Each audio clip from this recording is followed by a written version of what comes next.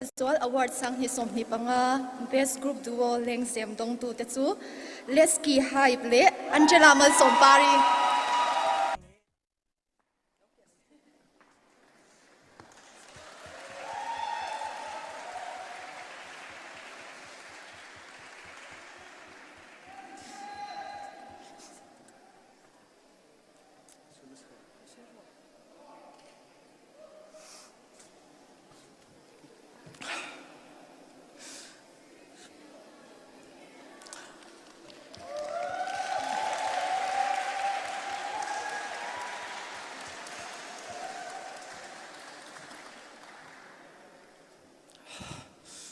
Sabera jong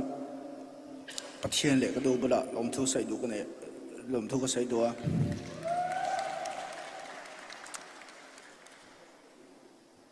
kan ho pante train music a hinga tui tak zeta ka don ka ring ngai lo a chuan in akuma kumte zet mai music le hip hop industry a ka ron zong lu ta chomi nu a poka tung ngai lo a ma se vai khatna ka tung ve a cầm hình xuống về thì cái cầm hồi cái lốm tắc rất to cái lốm tắc rất tôi soi cái thiam vắc lâu music video videographer Moonshine Studio te uju chunga lom thu kan suya chuanin hemi la lâu ngay na tu te le lâu ngay thla thin te le soi sel tur shim shim a lâu ngay thla te le pathian chunga lom thu kan soya chuanin kan soi zau lo kanga e smiley chunga lom thu kan soi buka hemi music video hi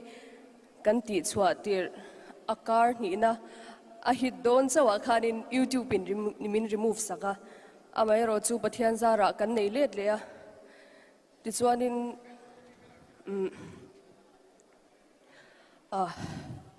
soi tur vak po ka shelo I kalom le Lesky